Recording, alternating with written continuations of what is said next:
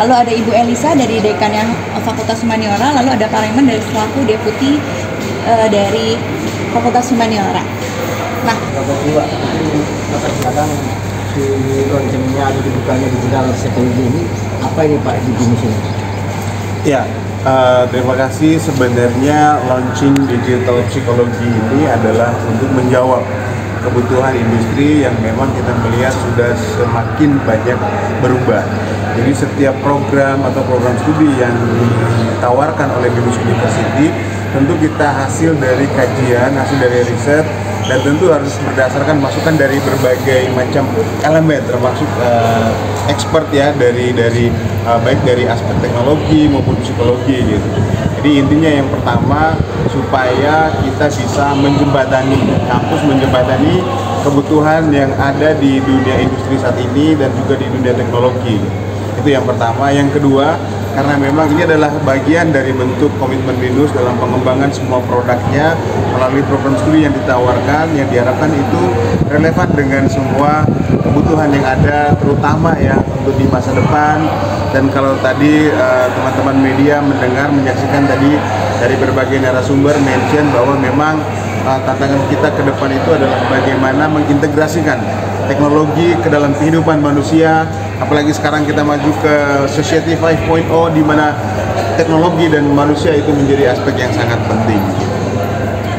Pak, untuk peminatnya sendiri yang akan dilaksanakan perkuliahannya tahun depan, saat ini peminatnya sudah berapa persen? Sudah, kalau untuk di BINUS Malangnya sendiri itu kita terus untuk mengkomunikasikan. Ini kan memang baru di launching gitu ya Bapak Ibu, tapi sudah ada peminat yang cukup tinggi ya di BINUS Malang saat ini, dan antusiasme itu selalu kita lihat, dan kita berharap setelah di launching itu akan semakin banyak lagi. Jadi hari ini dan mudah-mudahan nanti dengan teman-teman media, dengan kita bisa sama-sama mengkomunikasikan program ini akan lebih banyak lagi begitu. Tapi kita sangat optimis begitu. Komposisi untuk antara psikologi dengan teman-teman itu seperti apa? Karena ini mengalihkan dua bidang yang sangat berbeda. Gitu. Ya, di kurikulum yang kami desain itu semuanya berimbang.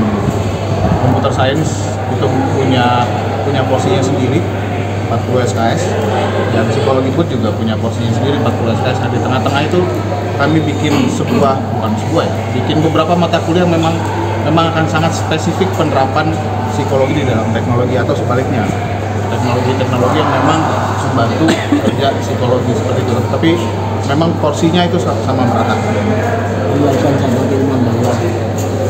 Ya, tentu ada beberapa mata kuliah yang memang yang baru sekali.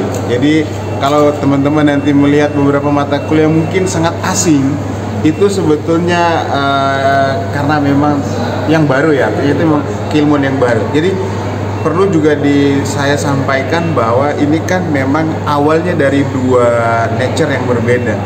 Tetapi digital psikologi itu adalah kompetensi baru.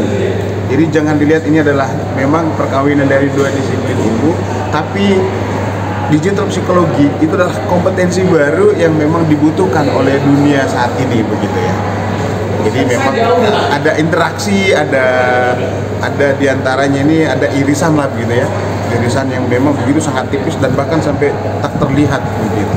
Tapi disampaikan kan ada diskon atau beasiswa untuk program yang baru ini Bapak?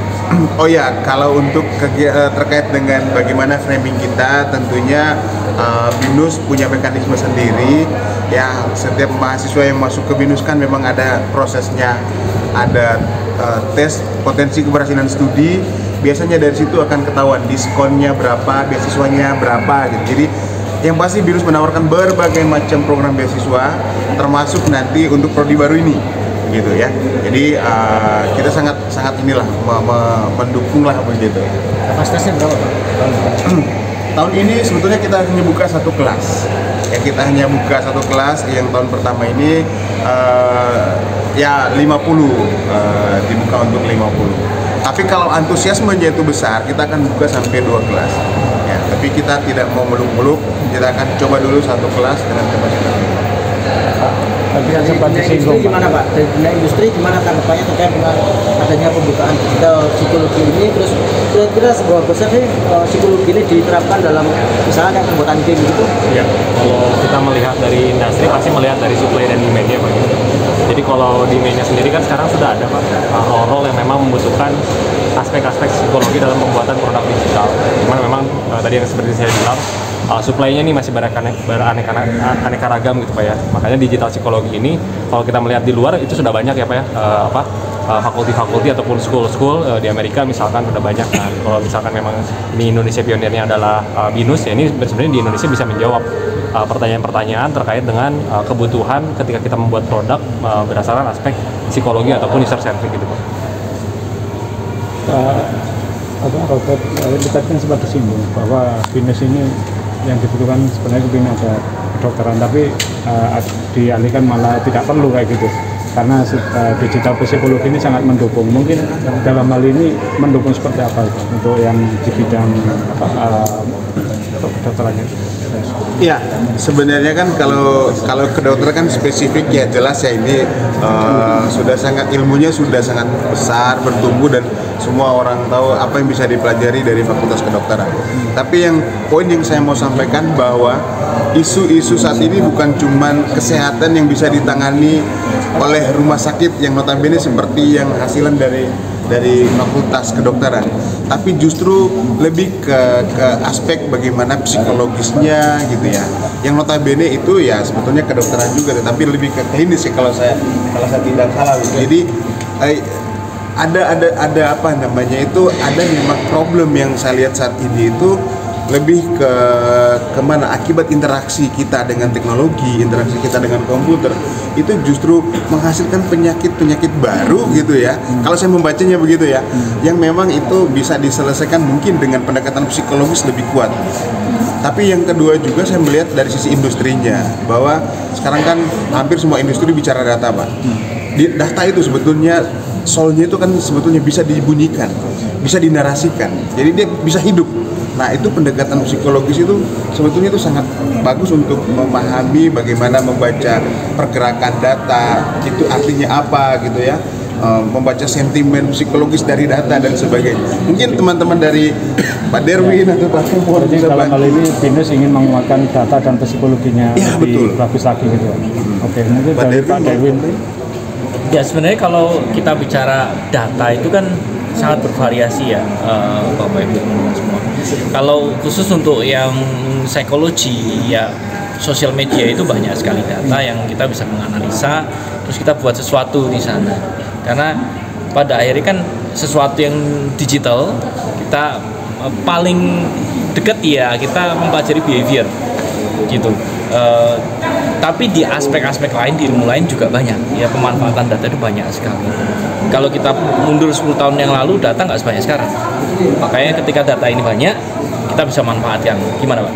Kira-kira ada perbedaan nggak dengan psikologi cyber yang sudah ada di beberapa fakultas di Universitas Indonesia? Psikologi cyber sebenarnya itu juga perkawinan ilmu ya, tapi kan cyber itu kan keamanan sistem, keamanan jaringan. Nah nanti tinggal aspek psikologinya itu ketika orang dihack atau mau ngehack itu ada ilmu baru lagi mungkin nanti ke depan.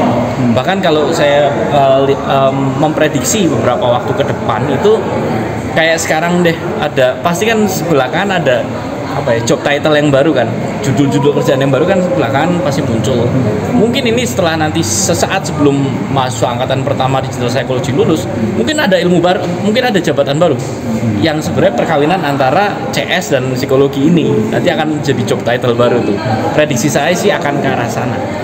Jadi ya Kalau psikologi cyber memang di beberapa kampus itu sudah ada dalam bentuk peminatan gitu ya, bukan sebagai bukan program studi. Nah, cuman memang fokus banyak orang-orang psikologi di Indonesia kalau ngomongin soal cyber ataupun komputer itu lebih bicara bagaimana akhirnya teknologi itu berdampak kepada manusianya, gimana akhirnya penggunaan internet itu berdampak kepada kesehatan mental manusia. Nah, kami bedanya di mana? Kami beda yang di baliknya. Bukan kami tutup mata terhadap dampak teknologi terhadap perkembangan perkembangan manusia, tapi kami mau melihat bagaimana akhirnya psikologi pun bisa membantu perkembangan teknologi, bisa ikut terlibat dalam perkembangan teknologi, sehingga mungkin di kedepannya kita nggak lagi berbicara bahwa teknologi itu berdampak negatif terhadap manusia, karena di depannya udah dijaga. Berarti mengantisipasi dampak, meminimalisir Minimalisir dampak dan memperkuat aspek teknologi aspek psikologi di dalam mendorong ke teknologi. psikologi itu semakin untuk meningkatkan digitalnya itu lebih baik. Betul.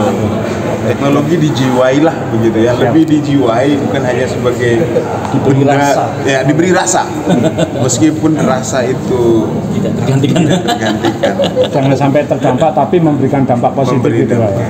Siap. Oke, siap, cukup. Terima kasih banyak. Terima kasih Bapak Ibu.